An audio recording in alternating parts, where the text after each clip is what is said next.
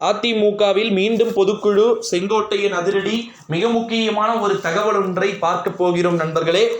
நீ கபிலா அப்படின்ற மாதிரி பார்த்துக்கலாம், இது நம்ம காலம் அப்படின்ற மாதிரி எடப்பாடி பழனிசாமி பார்த்தீங்கன்னா வீழ்த்துறதுக்கு மாஸ்டர் பிளான்களை பார்த்தீங்கன்னா எக்ஸிக்யூட் பார்ட்டியாக நம்முடைய ADMK all India ADMK party என்ன பண்ண போகிறாங்கன்னா, எடப்பாடியை ஒழிச்சு கட்ட இன்னொரு எடப்பாடி வந்தாதான் அதுக்கு சரியா இருக்கும் அப்படின்றத புரிந்து கொண்ட நம்முடைய எடப்பாடி பழனிசாமியுடைய அணியினர் வேறு ஒருவரை செலக்ட் செய்வதற்கு வாய்ப்பு இருக்கு அப்படின்னு சொல்லிட்டு எதிர்பார்க்கப்படுகிறதாம். அந்த வேறு ஒருவர் யாரு அப்படின்னு பார்த்தீங்கன்னா, அதிமுகவின் சார்பில் இருக்கக்கூடிய எடப்பாடி பழனிசாமியை விரட்டி அடிக்க வேண்டும் என்றால் அதே கொங்கு மண்டலத்தில் இருந்து வேறு ஒருவர் வந்தால் மட்டும்தான் அது சாத்தியமாகும் அப்படின்னு சொல்லிட்டு உறுதியாக எதிர்பார்க்கப்படுகிறது நண்பர்களே. இந்த ஒரு சூழ்நிலையில தான் தமிழகத்தில் இந்த பொதுக்குழுவுக்கான அந்த தீர்மானங்கள் அப்படின்றதும் ஒரு புறம் இருக்கு.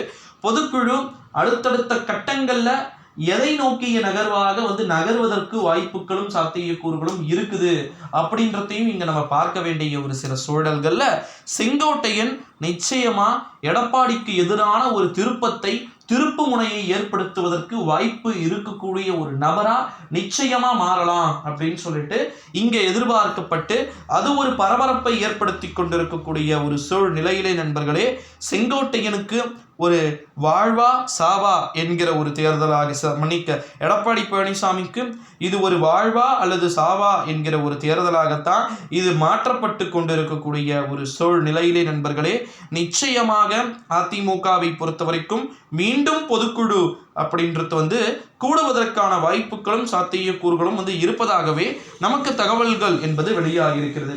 அதை அஃபீஷியலா அனௌன்ஸ் பண்றத